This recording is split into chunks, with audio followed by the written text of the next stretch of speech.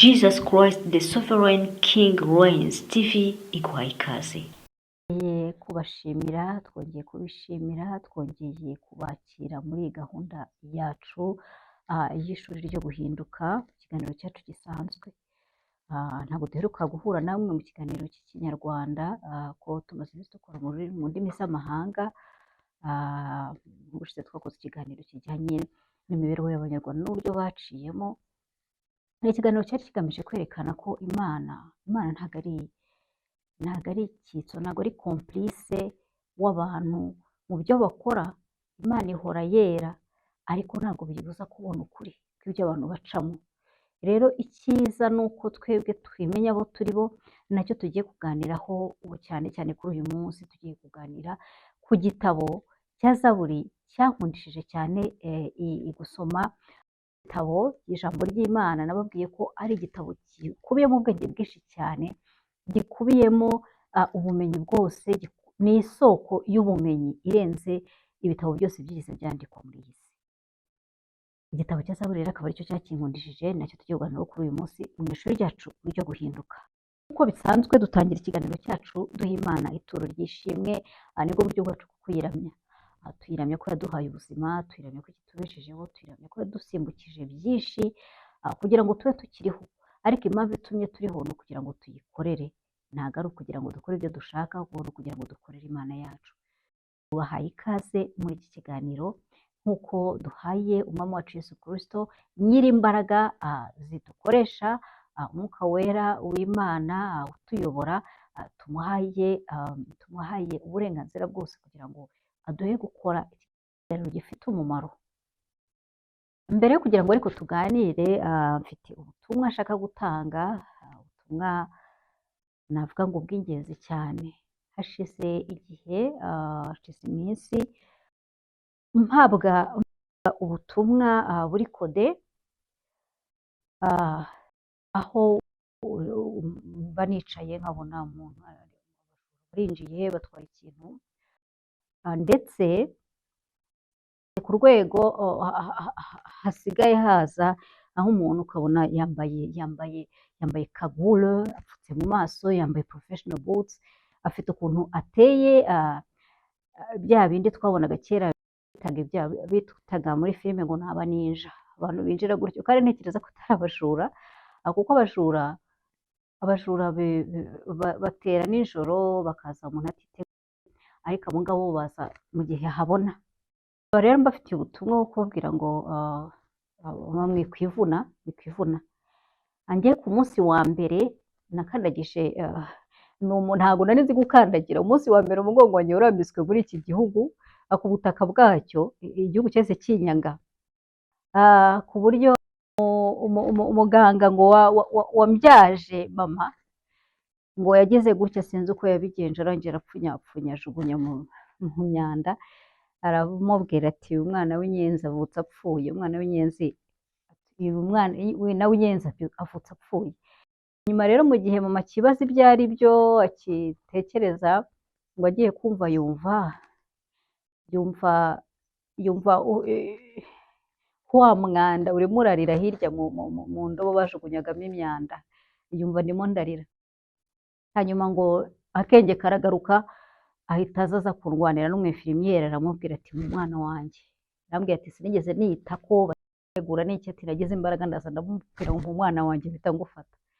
Burya hari abamarayika Imana iduha, abantu benshi Imana iduha kugira ngo batukorere ibintu mu gihe kidakwiriye, mu gihe tuba tutishoboye. Icyo gihe umwami Yesu yarahagobotse nyine atuma ndira, ansubiza umwuka, niba wari wagiye simbizi, ariko yatumye ndira mbaho.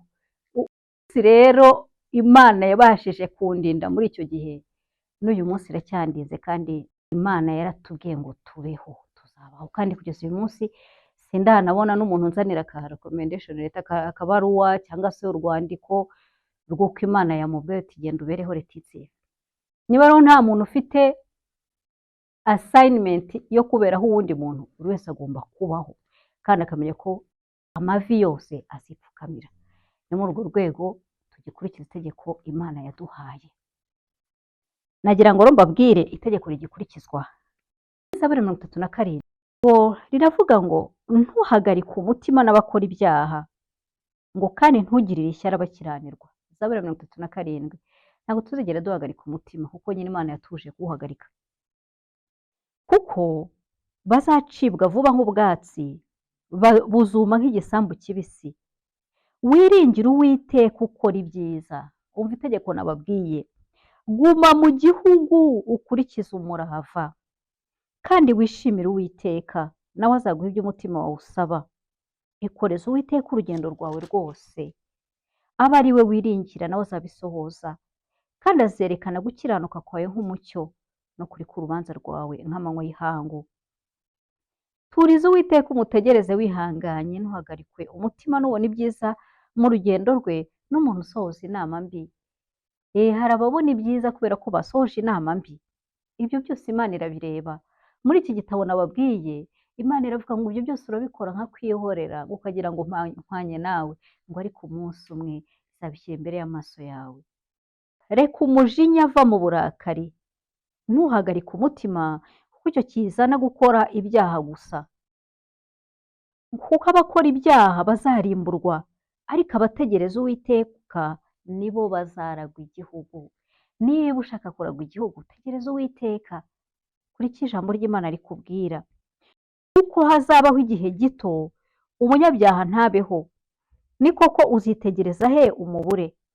Ariko abagwaneza bazaragwa igihugu, bazishimira amahoro menshi. Umunyabyaha ajya inama zo kugirira umukiranutsi nabi, kandi amuhekenyera amenyo.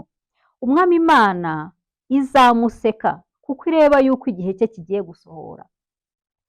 Abanyabyaha bakuriye inkota bafora imiheto kugira ngo batsinde umunyamubabaro n'umukene, bice abagenda batunganye. Inkota yabo nibo izacumita imitima, imiheto yabo izavunika. Icyo umukiranutsi afite biruta ubutunzi bwinshi bw'abanyabyaha benshi, kuko amaboko y'abanyabyaha azavunika, ariko Uwiteka aramira abakiranutsi. Uwiteka azi iminsi y'abatunganye, umwandu wabo uzahoraho iteka. Ntibazakorwa n'isoni mu gihe cy'ibyago. Mwumve amasezerano meza Imana yacu iduha, kandi nta kibasha kuyahindura. Ntibazakorwa n'isoni mu gihe cy'ibyago, mu minsi y'inzara bazahazwa, ariko abanyabyaha bazarimbuka, kandi abanzi b'Uwiteka bazashira nk'ubwiza bw'urwuri. Bazarimbuka, bazarimbukira mu mwotsi. Umunyabyaha aragurizwa ntiyishyure, ariko umukiranutsi agira ubuntu agatanga. Kuko abahabwa umugisha n'Uwiteka bazaragwa igihugu, abavunwa nawe bazarimburwa. Iyo intambwe z'umuntu zikomejwe n'Uwiteka, akishimira inzira ye, naho yagwa ntazarambarara, kuko Uwiteka amuramije ukuboko kwe. Nari umusore none ndashaje, uwo ni umwami wabivugaga. Ariko sinari nabona umukiranutsi aretswe, cyangwa urubyaro rwe rusabiriza ibyo kurya. Agira ubuntu umunsi ukira, akaguriza abandi, urubyaro rwe rukabona umugisha. Va mu byaha ujye ukora ibyiza, uzaba gakondo iteka. Uwiteka akunda imanza zitabera, ntareka abakunzi be barindwa iteka ryose. Ariko urubyaro rw'abanyabyaha ruzarimburwa, abakiranutsi bazaragwa igihugu bakibemo iteka. Akanwa k'umukiranutsi kavuga iby'ubwenge, n'ururimi rwe ruvuga ibyo gukiranuka. Amategeko y'Imana ye ari mu mutima we, nta ntambwe ze zizanyerera. Umunyabyaha agenzura umukiranutsi, agashaka kumwica. Uwiteka ntazamurekera mu kuboko kwe, kandi ntazamutsindisha mu manza. Ujye utegereza Uwiteka, ukomeze mu nzira ye. Bene Zaburi 37 kare n'igikobwa ko iryo tegeko rikurikizwa. Rero biba byiza isi imenye Imana n'uko Imana ibaho, ikareka kwivuna. Ntabwo nzi ukora ibyo ngibyo, ariko ni ibintu bidafite ikintu na kimwe bishobora guhindura ku cyo Imana yatuvuzeho. Ikindi kandi twe twanarangije gupfa. Twe twarapfuye, Kristo abaho muri twe. Niba mwebwe mutarapfa aricyo kibazo, twarangije umurimo wacu wo gupfa kugira ngo Kristo abeho muri twe. Ngubwo ubuzima dufite. Kandi yaravuze ngo umwizera ngo ntazapfa bibaho.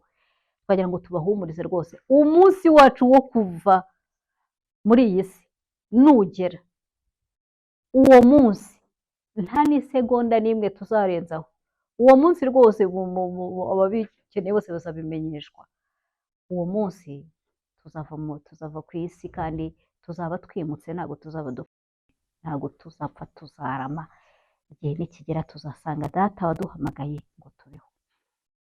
Ntabwo ari icyo gusa, hari abavandimwe bagira neza rwose bashyize porogaramu yogosha amaviyuzi ku umubare w'abantu bareba ibiganiro kuri channel yacu, ngira gutya n'abandi ku uploadinga, abona porogaramu iraje igeze gutya ivanyeho, isa n'imizi ikiganiro bashira kajya ngongera nkakibona, najya kubona nabona nkabona irogoshe, najya kubona nkabona irongeye irahambuye. Icyo mvuga ni kimwe, ni uko ibyo dukora ni imbuto umwuka wera aduha kugira ngo ugirire akamaro umuntu ushaka kubaho, kuko twageze kure dutekereza ko dushaka kugirira, twizeye ko Imana yadukoresha kugirira umumaro n'abandi bagera kure, bageze kure. Rero ni ibintu Imana twizera ko umuntu wese ugomba kugerwaho n'ubwo butumwa buzamugeraho, kugira ngo niba hari ibyo akosora bikosore, kuko nyuma y'ubu buzima hari ubundi. Dukomeje kubibabwira, nyuma y'ubu buzima hari ubuzima. Mwebwe aho mujya murahazi, murakaza neza mu kiganiro cyacu cy'uyu munsi. Mbere y'uko ntangira ikiganiro cy'uyu munsi, hari igikorwa ashaka gukora, nategereje ko hari ugikora mbona ntawe.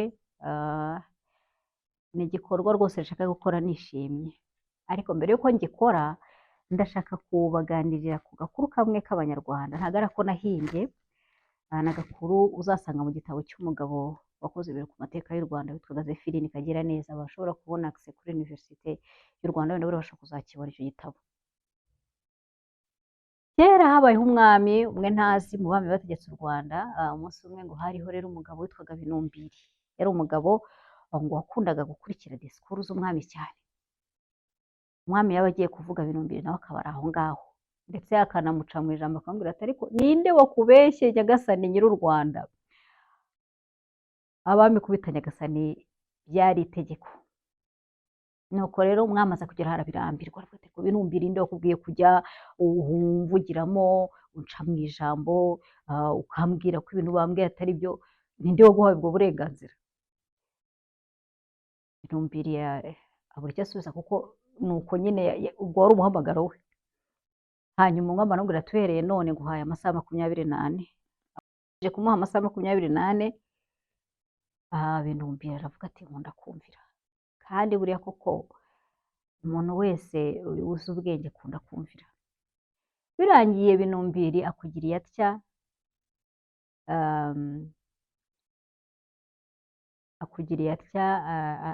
mu gitondo umwami arabyuka ajya muri stade yitwaga ku Karubanda, niho yatekaga. Umwami arateka, kwicara kw'abami babyitaga guteka. Umwami atangira kubwira rubanda, yacaga imanza, yabaga afite ibyo atangaza, rubanda bazaga kumureba bakamugezaho ikibazo, agakemura ibibazo. Hanyuma agiye kumva, ageze hagati yumva ijwi ryongera rimuvugiyemo riti Nyagasani mwami, ariko nyamara barimo barakubeshya. Umwami aravuga ati ese iryo jwi rivugiye he? Yumva ni ijwi rya Binumbiri. Umwami agiye kumva yumva ari kuvugira hejuru ye. Umwami ahita areba hejuru mu giti yari yicaye munsi, agiye kubona ni Binumbiri rwose uturamye mu giti. Umwami ati ariko Binumbiri, ntabwo naguhaye 24 hours ngo ube wavuye ku butaka bw'u Rwanda? Hanyuma ngo Binumbiri aravuga ati ariko yifatiye ku ishami ry'igitata, ariko Nyagasani mwami ndarengana, ngiye numviye aha hantu ukibimbwira nihutiye kuva ku butaka bw'u Rwanda, ati hano ndi mu gihugu cy'inyoni. Nuko ngo umwami aramureba, baramubwira ngo Binumbiri rwose ntawagushobora, ati ngaho manuka uze wicare mu bandi. Yabonaga naguma mu giti n'ubundi araba yicaye hejuru y'umwami. Aramubwira ati vayo wicare mu bandi, kandi uhereye ubwo bwamuha uburenganzira bwo kujya asaba ijambo akavuga. Urumva rero yuko mu by'abacamanza baba byitwa jurisprudence, ari jye wa mbere ubikoze. Ndashaka kwakira umuyobozi w'idini rishya duherutse kunguka, idini Abanyarwanda duherutse kunguka, ni umuyobozi watangaje imigabo n'imigambi y'idini rye. Ndebye n'ahantu ari mbona rwose idini rye ryujuje ibyangombwa byose, rifite ahantu hanini, afite abayoboke benshi, bivuga bose bagatera hejuru. Hanyuma rero ntekereza ko abandi banyamadini bazamwakira, bazakira idini rishya. Ndaheba abanyarwanda ntabwo baba bumva koko.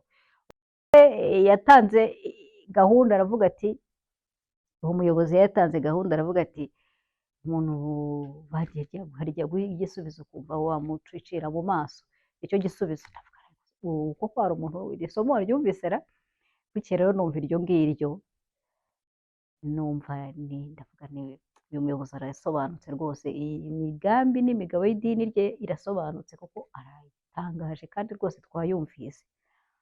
Ni idini rigira riti jyewe nunkubita mu musaya, nugira amahirwe jyewe nugira amahirwe uzahava uri muzima, ugeze amahirwe wagenda.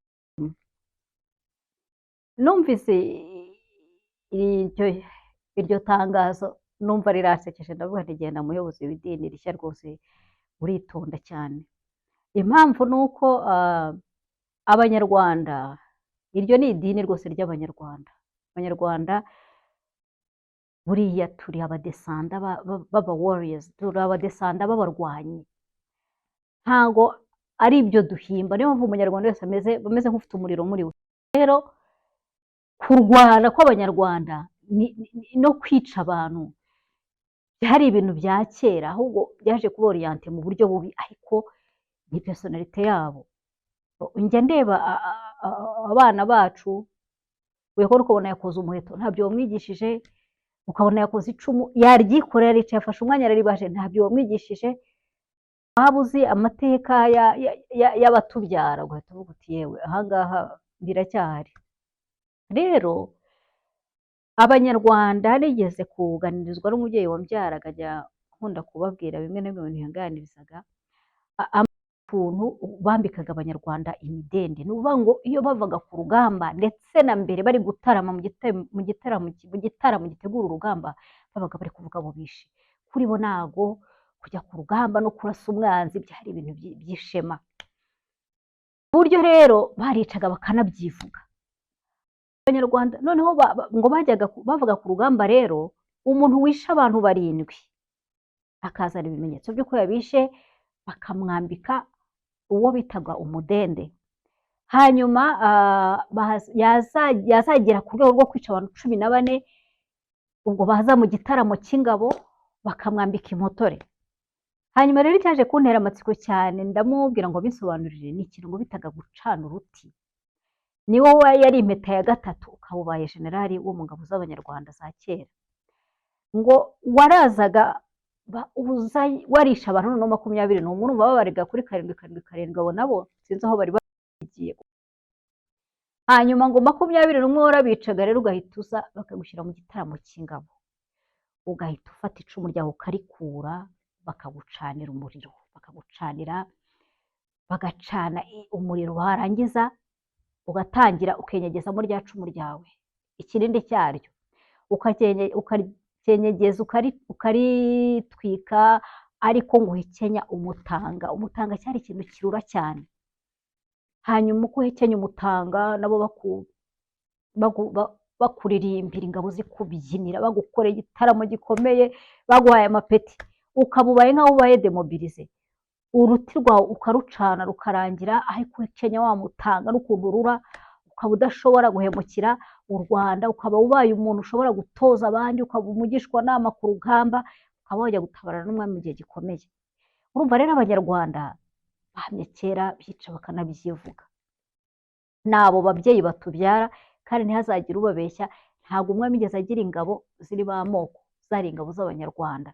Ibyo bintu byazanywe n'abazungu, nibo batangiye gukora imitwe y'ingabo bashyizemo ubwoko, ariko umwami we aho rubanda rwose bavuga ari rubanda rw'umwami, kandi umwami nta nubwo yari afite ubwoko. Umwami ngo iyo yabaga umwami yiyeguraga icyiciro yabaga arimo. Nuko rero umwami ntabwo yari afite icyiciro. Iyo yabaga umwami yiyeguraga icyiciro, yari afite icyiciro cye wenyine, cyabaga ari icya 4 mu byiciro 3 byari biri mu Rwanda by'imibereho. impamvu yabikoraga ni ukugira ngo batazagira imanza zibera. Yewe. Niyo mpamvu rero abanyarwanda umuntu uzatubeshya ngo tubwire ngo twigire beza, ngo ntabwo twicana, azaba rwose yatubeshya. Rero niyo mpamvu umuntu uzakubwira ibyo twakoze akavuga ati abanyarwanda bageze aho bamwe bica abandi, ugashaka kwigira mwiza, nushaka uzabyihorere. Imana iratuzi, ntabwo ari ngombwa. Ahubwo reka turebe uko Imana itubona n'uko twabigenza. Icya mbere nshaka kukubwira ni uko nk'uko nabikubwiye, hari igitabo nkunda cyane muri Bibiliya cyitwa Zaburi.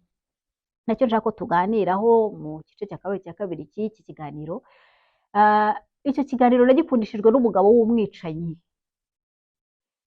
Abanyarwanda bakwicana, ntabwo nari nabona ukora ibintu nk'ibyo umwami Dawudi yakoze.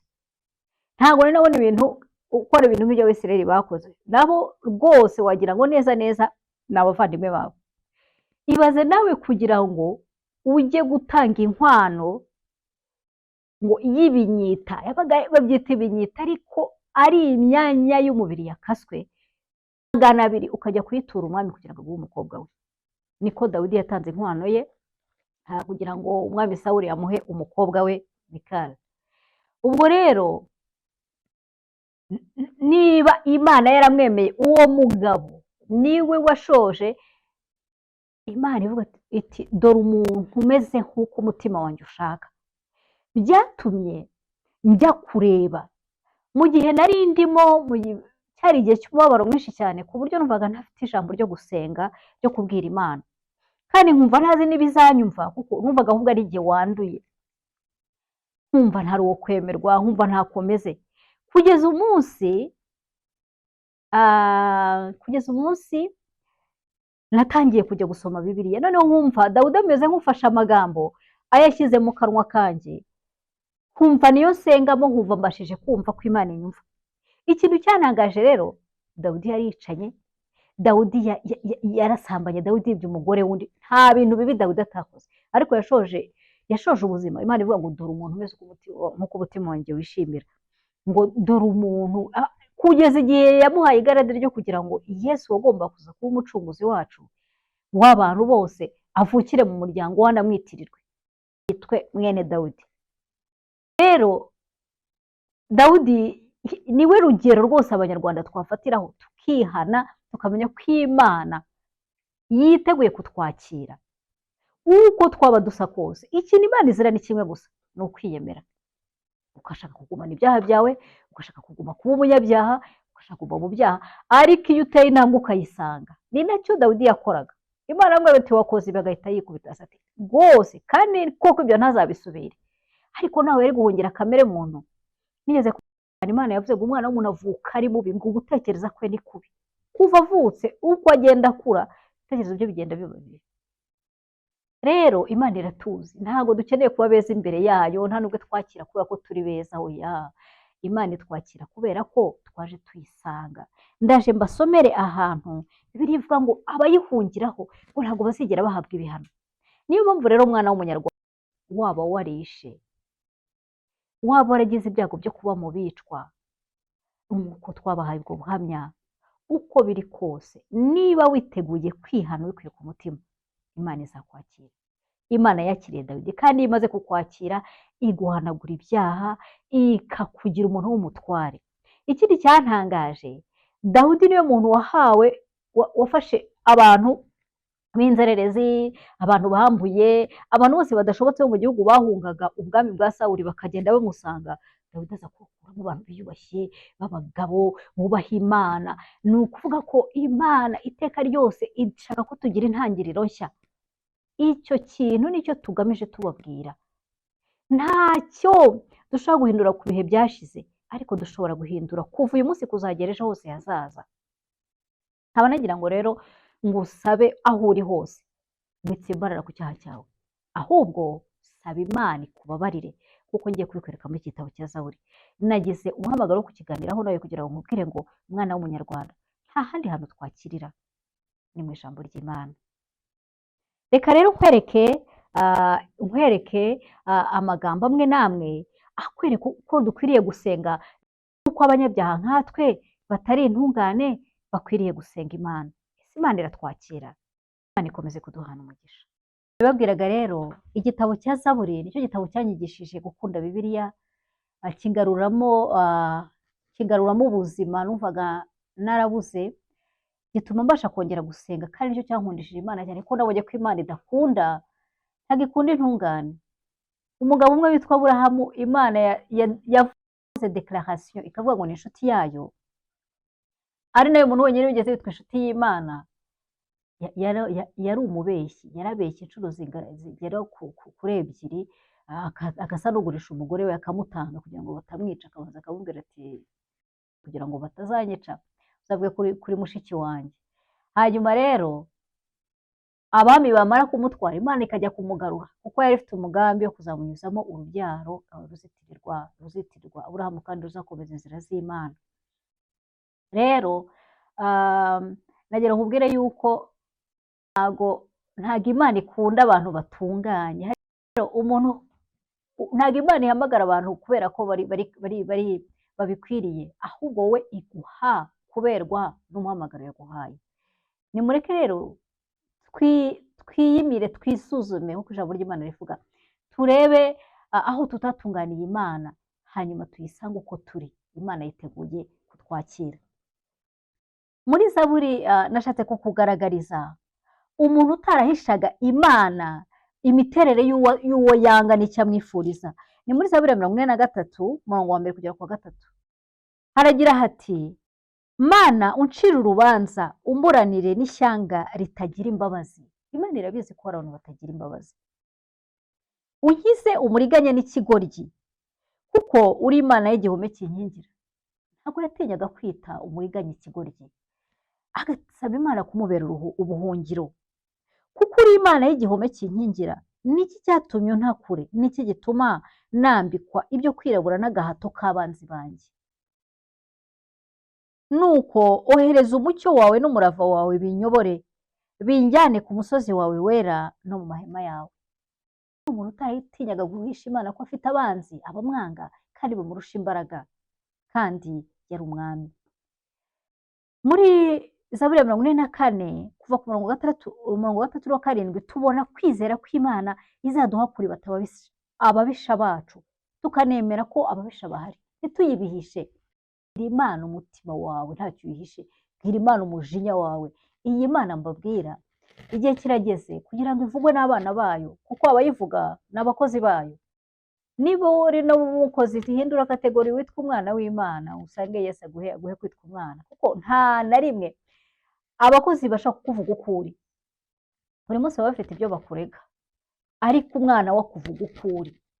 Niyo mpamvu Yesu aje yahise yita ba Mose n'abantu bose bamubanjirije ngo n'abanyazi, atari ku mwana uba mu gituza cya se, uwo niwe uvuga se uko ari.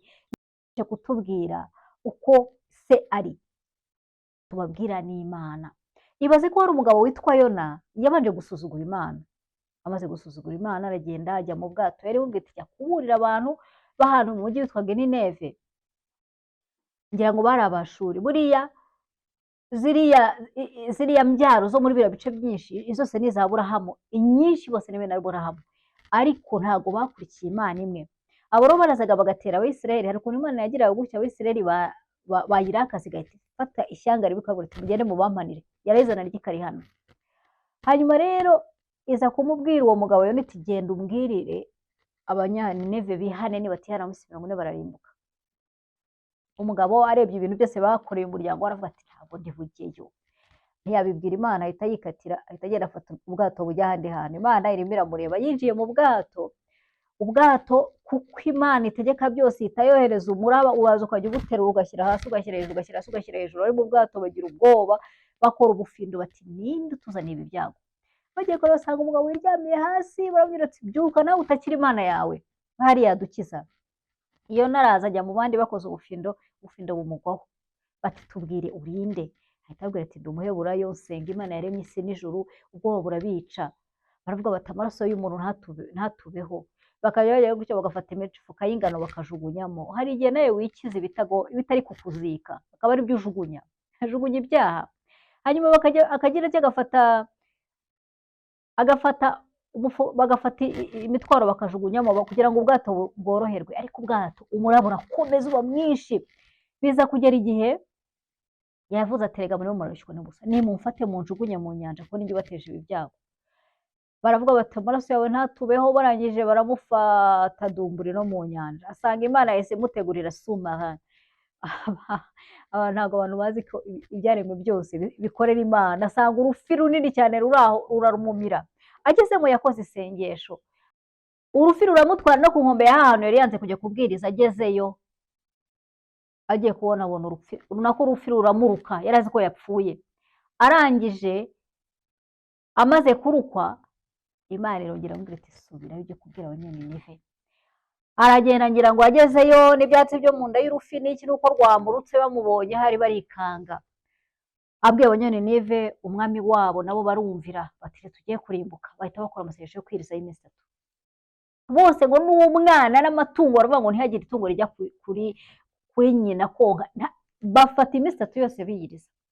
Bamaze kwiyiriza, noneho wa mugabo Yona amaze kubabwira ahita ngo ajya ku gasozi ahitegera Ninevi ngo arebe ukuntu Imana iharimbura. Yaravuga ati byanze bikunze ndabizi izabaharimbura. Hanyuma amaze kubikora, Imana abona iminsi ishize ntiharimbuye. Kumbe abantu bamaze kwiyiriza, Imana ihita ifata icyemezo cyo kubabarira. Imana yacu ni Imana igira impuhwe cyane, ariko umva ikiremwa cy'Imana kidahisha Imana uko kimeze. Aya magambo Yona yavuze ni amagambo twe dutinya kubwira Imana, kubera ko abanyamadini badutoje yuko Imana iteye ubwoba, kandi izi ko twe turi abana bayo. Iyo uje uyisanga ihita ivuga ati mama umwana wanjye, nuko nyine umwana wawe wabaye ikirara yije ngo iyo uje kubagira igakora ibintu byose, umwana wanjye aratahutse. Ntihagire ukutega uko waba uri we wese, Imana iragukunda, ntihagire ukuza kuza.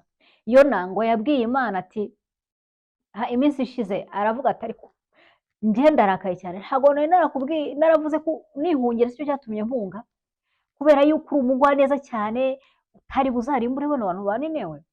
Hanyuma Imana ibibonye ngo ihita imeza uruyuzi rumera mu ijoro rimwe, nuko umuyaga izuba rihari, uruyuzi ngo rutwikira Yona, ngo arishima cyane. Amaze kwishima, Imana itebereza agakoko kitwa inanda, kararurya, kamaze kururya ruhita rwongera ruruma umunsi umwe. Rumaze kuma, noneho Yona ahita arakara, noneho ararakara cyane. Amagambo ikiremwa kibwira umuremyi, umwana w'Imana yibwira, mwisange ku Mana. Arayibwira ngo, Imana iramubwira ati ese urakajwe n'iki? Ni urwo ruyuzi rukurakaje? Ngo Yona ahita noneho umujinya wose awukura, yibwira ati jyewe ndarakaye cyane byanatuma niyahura. Bibwiye umunyedini yavuga ati uragaciye ukoze ishyano, ariko ku Mana ntabwo ari ishyano. Ku Mana niba warakaye ukagira icyo ukora, Imana irakumva mu buryo bw'Imana. Uko uri kose n'imikurire n'uko umeze kose, Imana irakuzi. Nuko Yona arangije, Imana iramubwira ati ese wowe kurakariye urwo ruyuzi rwameje mu munsi umwe, kuki jyewe ntafite uburenganzira bwo kubabarira abantu banjye? Uriya mujyi urimo abantu batabarika n'amatungo batazi ururo n'icyatsi. Imana yacu igira imbabazi, ntacyo yamutwaye, n'Abaninive ntacyo yabatwaye, yarabababariye. Ariko ntabwo tubwirwa iyo Mana itwakira uko turi, iduha imbabazi zayo. Imana yiteguye kutwakira nubwo twaba dufite ibyaha. Iravuga ngo nubwo ibyaha byanyu byatukura tukutuku, nimuze musange. Ntabwo Imana yanga ko tuba abaroberi, ikirobera ku buzima, ikabona yuko ubyumva utabyumva. Irabizi ko ubuzima burimo justice. Sanga Imana uko uri, iragukunda, iri bukwakire. Ubwo rero ndiho mbabwira uyu mugabo witwa Dawudi wakoze ibyaha byose biruta iby'umwana w'umuntu wese ashobora gukora, ariko Imana ikamutunganya, ikamubabarira, kuko Imana ni inyembabazi. Nari mbasomeye muri Zaburi ya 44, 67 aho agira ati ni wowe uzaduha gutsinda abanzi bacu, izina ryawe ni ryo rizaduha kuribata abaduhagurukiye, kuko ntaziringira umuheto wanjye kandi inkota yanjye atari yo izankiza. Uwo ni umurwanyi kabuhariwe kugeza aho mu ngabo ze ngo hari harimo umuntu utera icumu rigafata abantu 600 icyarimwe, ribacamo ribacamo ribacamo ribacamo, bajya kubara bagasanga barangana gutyo. Rero Imana itwakira uko turi. Ikindi kintu uzasanga muri iki gitabo, niba utanazi gusenga, niba utazi nawe uhera usaba Imana imbabazi, ni ukwemera ko Imana ishobora kugutererana. Aya magambo nakwiye ko hari igihe nayajyagamo nkahita numva ni njye wibonye. Hari nko muri Zaburi ya 44 kuva ku murongo wa 10 kugera ku 13, hagira hati ariko none wadutaye kure, waduteje igisuzuguriro kandi ntutabarana n'ingabo zacu. Watumye ababisha bacu badukubita inshuro, abatwanga baratwinyagira. Wadutanze nk'intama zarobanuriwe kubagwa, wadutatanirije mu mahanga. Utangira ubusa abantu bawe, kandi igiciro cyabo ntucyongereshe ubutunzi bwawe. Mu by'ukuri Dawidi yarezwe ibintu nta Imana ibyungukiramo, ariko irabikora. Dukwiriye gutinyuka kubwira Imana icyo dutekereza nta gutinya. Niba wumva hari ahantu aho ariho hose ufite kumva umuntu mugenzi wawe agukandamije, kumva umuntu mugenzi wawe kurenganya, utinye kubwira Imana. Ibyo ni ibintu izi kandi yubaha kandi ifitiye umuti. Ikindi ni uguhamiriza Imana ko utayibagiwe no kwemera ko igisuzuguriro kikuriho. Tugomba kubyemera. Niba twumva dusuzuguwe, dusuzuguritse, tugomba kubyemerera Imana. Tubibona mu murongo wese muri murongo wa 18 ahagira hati ibyo byose byadusohoyeho, ariko ntitwakwibagiwe kandi ntitwavuye mu isezerano ryawe. Ibaze rero umuntu ubwira Imana ngo ivurugute, ubundi mu by'ukuri yivurugute iki? Mwami ivurugute, niki kigushinjirije? Kanguka ntudute ku iteka ryose. Yumva ko Imana igomba kwivuruguta ikaza ikamutabara. Ni igihe kinini agenda bivuga no muri Zaburi ya 35 umurongo wa 23, ariko ati ivurugute, ivurugute uzuntabare. Ikindi tugomba kwemera ko Imana ariyo buhungiro bwacu. Zaburi 46 haragira hati kuva ku murongo wa 1 kugera ku wa 4, Imana niyo buhungiro bwacu n'imbaraga zacu, ni umufasha utabura kuboneka mu byago no mu makuba.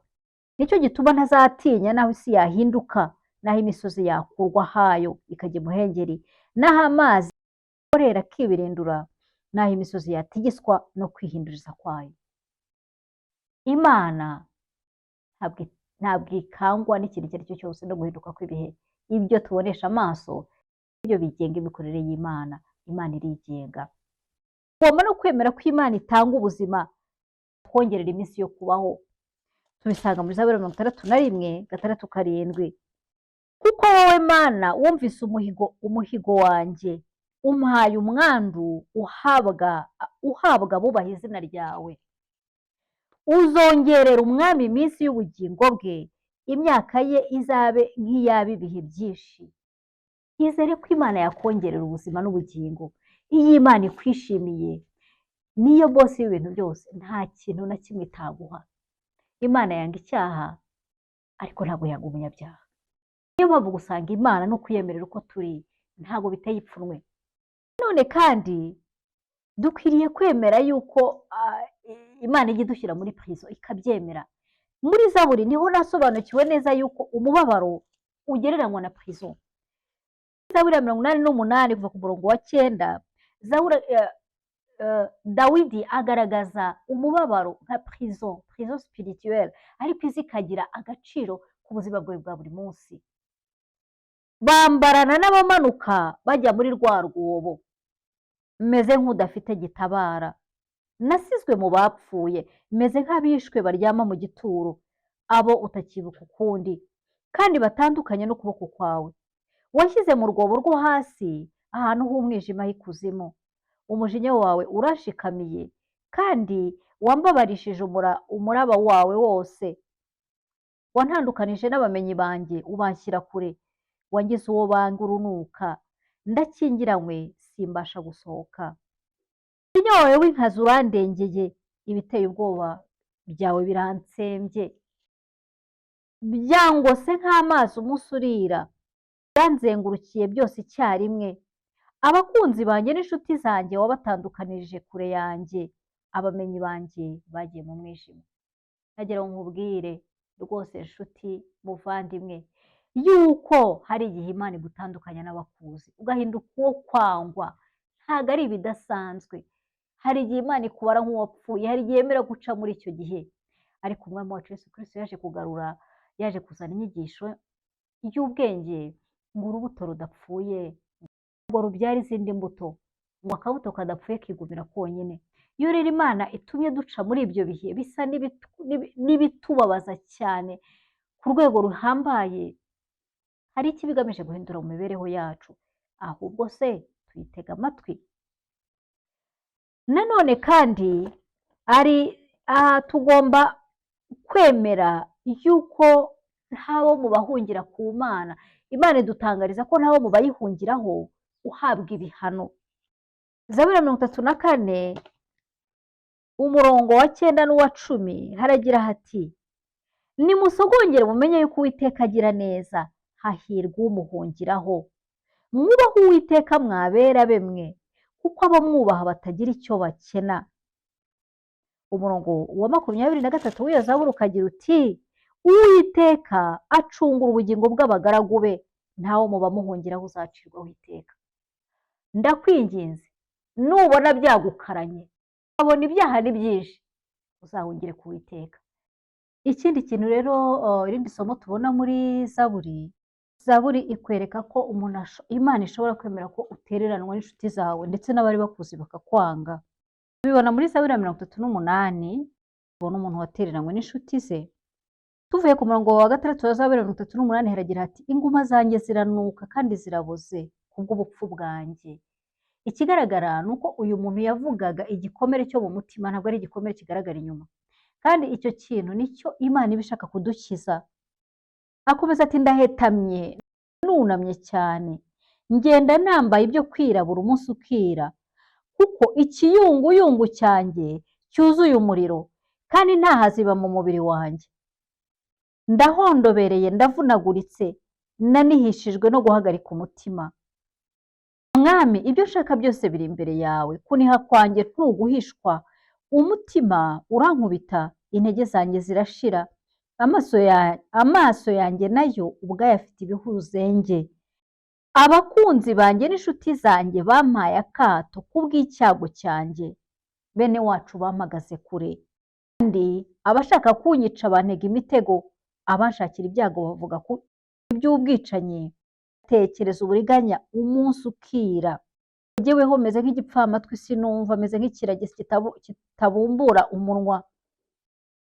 Ni ukuri meze nk'umuntu utumva, udafite mu kanwa ibyo asubiza undi, kuko Uwiteka ari we niringiye. Mwami Imana yanjye, ni wowe uzansubiza, kuko navuze nti be kunyishima hejuru. Iyo ikirenge cyanjye kinyereye banyirata hejuru, kuko ndi bugufi bwo gucumbagira, kandi umubabaro wanjye uri imbere yanjye iteka. Kuko nzatura gukiranirwa kwanjye, nzagira agahinda k'ibyaha byanjye. Ariko abanzi banjye ni abanyantege nyinshi, kandi ni abanyamaboko, abanyangira impamvu z'ibinyoma baragwiriye. Abitura inabi abo bagiriye neza, nabo ni abanzi banjye, kuko nkurikiza icyiza. Uwiteka ntundeke, Mana yanjye ntumbe kure. Mwami gakiza kanjye, tebuka untabare. Uru ni urugero rw'amagambo ya Dawudi rwerekana ko yatakiraga Imana atayihisha uwo ari we. Yerekaga Imana imbaraga z'abanzi be. Imana irabizi ko ushobora kugira abanzi bakurusha amaboko, ntabwo biyibangamira kugutabara. Rero ugomba gutinyuka kubwira Imana uwo uriwe n'uko umeze, n'abakwanga n'uko ubyumva. Ikindi, ugomba gutinyuka kubwira Imana icyo usabira abakwanga. Ikindi, ugomba kwemera ko Imana izi amatiku y'abantu, igihe cyose igerageza kukuzamurira bizi ko uzakubitana n'ibintu bizakurushya, n'abantu bazagutega imitego. Ibyo byose ni ibintu Imana izi. Reka nkubwire uko byanditse muri Zaburi 31. Zaburi 31 umurongo wa 20 n'uwa 21 haragira hati erega kugira neza kwawe ni kwinshi wabikiye abakubaha ko wakorereye abaguhungiraho mu maso y'abantu. Mu bwihisho bwo mu maso yawe niho uzabahisha inama mbi z'abantu, uzabahisha mu ihema gutongana kw'indimi. Amatiku y'abantu ni kimwe mu bintu bidahishwa Imana. Ibi bizi ko ikintu cyose izagerageza kugukorera uzabona abakurwanya, ariko ibyo yaguhishiye ibishyira iruhande rwayo, kandi ijambo ryayo ntabwo rijya rizima. Ikindi tugomba kwemera n'agaciro k'igihano n'akamaro guhanwa byatugiriye. Tubibona muri Zaburi y'ijana na cumi n'icyenda kuva ku murongo wa 71 haragira hati kubabazwa kwangiriye umumaro kugira ngo nige amategeko wandikishije, amategeko yo mu kanwa kawe n'ay'igiciro kuri jye biruta icy'ibice ibihumbi by'ifeza n'izahabu. Ibi bihano Imana iduha amategeko kugira ngo duce bugufi twige amategeko yayo kandi igire icyo ihindura muri twe, biruta amafaranga, biruta kunezezwa n'Imana, biruta ibintu byose umwana w'umuntu yakwifuza. Ngo intoki zawe nizo zandemye, nizo zambumbye. Imana irakuzi na papa wawe na mama wawe batarakumenya, bataramenya ko bazabyara umwana udafite ukuboko kumugaye, udafite ukuguru kumugaye, udafite umwana muzima. Imana yo yari ibizi, yari iri aho ngaho irimo igukurikira ikurinda. Papa wawe na mama wawe batarakumenya, Imana yari ikuzi. Ngo umpe ubwenge kugira ngo nige ibyo wategetse, abakubaha bazandeba bishime kuko niringira ijambo ryawe. Uwiteka, nzi yuko amateka yawe ari ayo gukiranuka, kandi yuko umurava ari wowe waguteye kuncisha bugufi. Umurava ni karagita Imana igira yo kurangiza icyo yatangiye, yo kutareka ibintu bikomeza kuba umwanda. Ni karagita yo kugira ishyaka, ishyaka rivanze n'ubushake n'imbaraga zayo igira. Imana rero igira umurava, niyo mpamvu itaturekera mu byaha byacu, ahubwo rimwe na rimwe yemera ko duhura n'ibitubabaza kugira ngo tubone uko dutekereza, twikosore kandi tuyisabe ubufasha. Mu gusoza iki gice cy'izi Zaburi, nagira ngo nkumenyeshe yuko uwo mwami wari ukomeye cyane uwitwaga Dawudi, wabaye umunyabyaha ukomeye, ariko akaza kugaragaza ubwiza bw'Imana ko idukunda uko turi, naho twaba turi abanyabyaha bakomeye cyane. Umwami Yesu yaje gushyigikira icyo gitekerezo, aza areba abantu bigiraga beza, abafarisayo, abanditsi, abanyamategeko, arababwira ati mwebwe abajura n'indaya bazabatanga mu ijuru, ataba mbere bazaba abanyuma. Ati kandi benshi bazatangazwa no kwisangayo, ati bazatangazwa no kutibonayo. Rero ni byiza, nta karite, nta ngeso nziza umwana w'umuntu yagira nko guca bugufi imbere y'Imana, akayibwira uko ari, akayereka uwo ari we, akayemerera ibyaha bye. Mu gutangira iki kiganiro nari nababwiye ibijyanye n'ibigeragezo nagiye mpura nabyo mu gukora uyu murimo. Ntago ubundi mu isi intambara iriho ni intambara y'icyiza n'ikibi. Hari abantu bumva nyine ibintu bibi ari byo bigomba kubaho, ariko ntabwo ariko bimeze, kugeza aho bumva nyine bagomba kubishyigikira bakabishyigikira, ariko Imana itubwira ko tugomba kubaho turi abanyamurava kandi dukora icyiza. Hanyuma rero nababwiye ko nashakaga kwakira umuyobozi w'idini rishya ryatangarijwe ku Banyarwanda kandi rifite abayoboke benshi. Nkurizaho mbabwira uko Abanyarwanda babagaho, ndetse nkurizaho mbabwira ko natwe turi abanyabyaha nk'abandi bantu bose bo muri hano muri Bibiliya bagize ubutwari bwo kwemerera Imana abo bari bo. Inyigisho rero igira iti umuntu naguha umusaya umwe uzamwongera undi, ntabwo ari inyigisho igenewe abana b'abantu basanzwe, ni inyigisho irimo ubuhanga burenze umuntu wa kamere. ni koko abanyarwanda twagiraga amadini ntabwo ari rimwe, ni amadini menshi, ariko ikibabaje ni uko iryo dini ntabwo Imana iryemera. Ijambo ry'Imana riratubwira ngo Imana ngo ntishobora kwemera umuntu wa kamere. Ubundi hari umugabo witwa Mose, niwe wazanye ibintu byose byari bibereye umwana w'umuntu. Yaravugaga ati umuntu nagukura iryinyo nawe umukura irindi, naguca urutoki umuca urundi, nakuvuna umusatsi umuvuna undi, nakuvuna ukuguru umuvuna undi, ati iryinyo rihorerwe irindi. Ibyo bintu Mose yarabizanye, abantu babigenderamo kuko bijyanye na kamere. Yesu rero iyo akubwiye ngo umuntu nakwaka umwitaho he uzaba umurekereye, nagukubita umusaya umwongera undi, ntabwo aba abwira abantu ba kamere batarahinduka, ababwira abantu bafite muri bo imbuto y'Imana ya Mwuka Wera ishobora kubashoboza gukora ibyo bintu. Ibi bintu ni inyigisho y'ubwenge cyane. Iyi nyigisho ikoze ite? Iyi nyigisho ikora mu buryo bw'ababokiseri, niba mwari mwababona. Ababokiseri ni abantu baza bagafata ibifuka irimo umucanga bagatangira kwigiraho gutera amakofe. Iyo rero bigiraho gutera amakofe, umubiri wabo ugera ukamenyera ku buryo baba batacyumva ububabare. Ariko uko umubiri ubyimba niko ubugingo n'umubiri byivida, ukazasanga umuntu asigaye yarabaye gutyo, ariko mu bwonko ntahari, azi ikintu cyitwa kurwana gusa, ku buryo urambwira uti kubita umuntu akamukubita nta gutekereza. Buriya rero iyo nyigisho ikora nk'ibyo bintu, ni ukuvuga ngo ikora ikintu cyitwa kuvida umwanzi wawe, kuvida umuntu ukwanga cyangwa ukugirira nabi. Iyo abikoze n'umusubize bigira efe ya wa mufuka w'iteramakofe.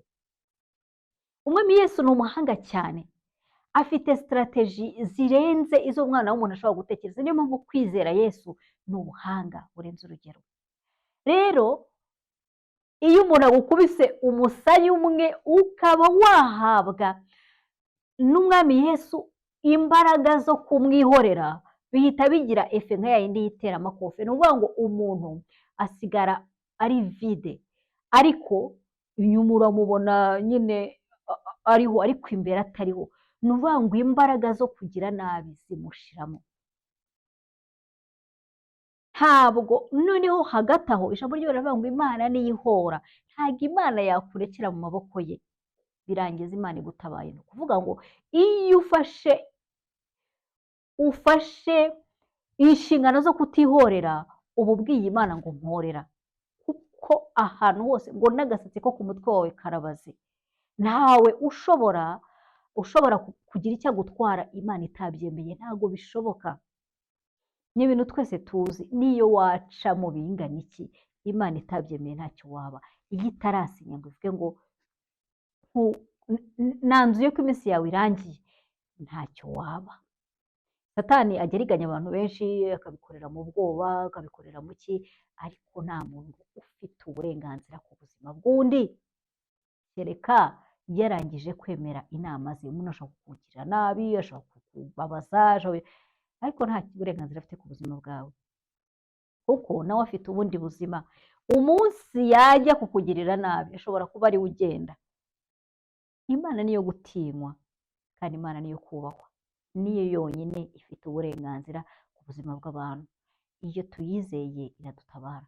Nguko rero ukuntu iyo nyigisho ikora, ni inyigisho y'ubwenge. Umuntu wa kamere ntabwo yayumva, ariko umuntu ufite umwami Yesu muri we, umuntu waba warasogongeye akamenya uko Uwiteka agira neza, umuntu uzi ko Imana ariyo yo guhora, iyo ahawe izo mbaraga bigira efe irenze iyo umwana w'umuntu ashobora gutekereza.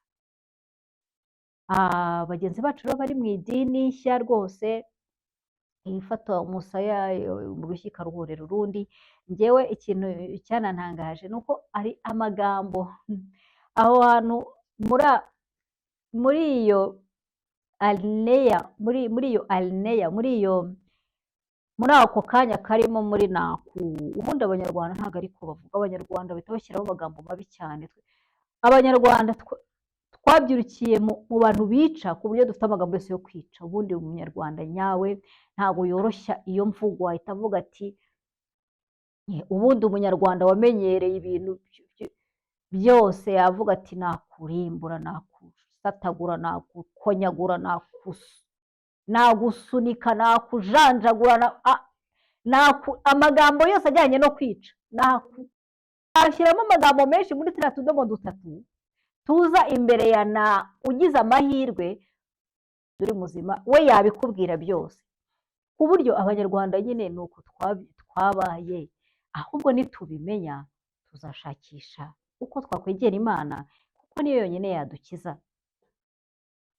Umunsi reka tube dusubikiye ahangaha, kandi ndizera ko nk'uko Imana yabiduhayemo inshingano mukomeza gukuza kugira ubwenge no kwikunda, mugakunda ubuzima bw'uyu munsi n'ubw'igihe kizaza. Umwami Yesu yaduhaye isezerano avuga ko abarekeye byose kumukurikira bazagira umugisha muri ubu buzima, ariko no mu buzima bw'iteka.